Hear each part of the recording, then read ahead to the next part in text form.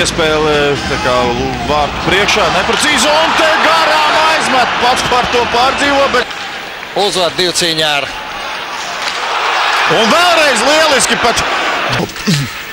Troters.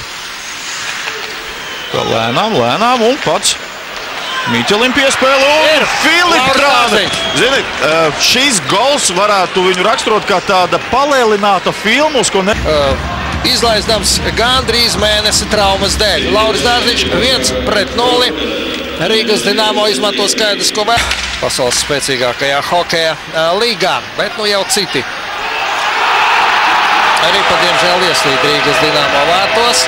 Kādam no mūsējiem, nu tur tajā burzmā Einu saskatīja. Pie Ripas, nu uz vārtiem pats lien. Un Ripa vārtos, tomēr netiek skaitīt. Kāpēc? Skatāmies vēlreiz. Nē, pats Robijs, jā.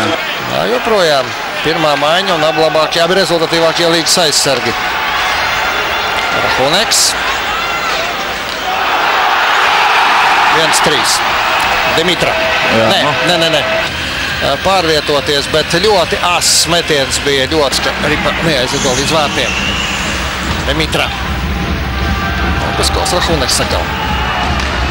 Rahuneks. Puskovs.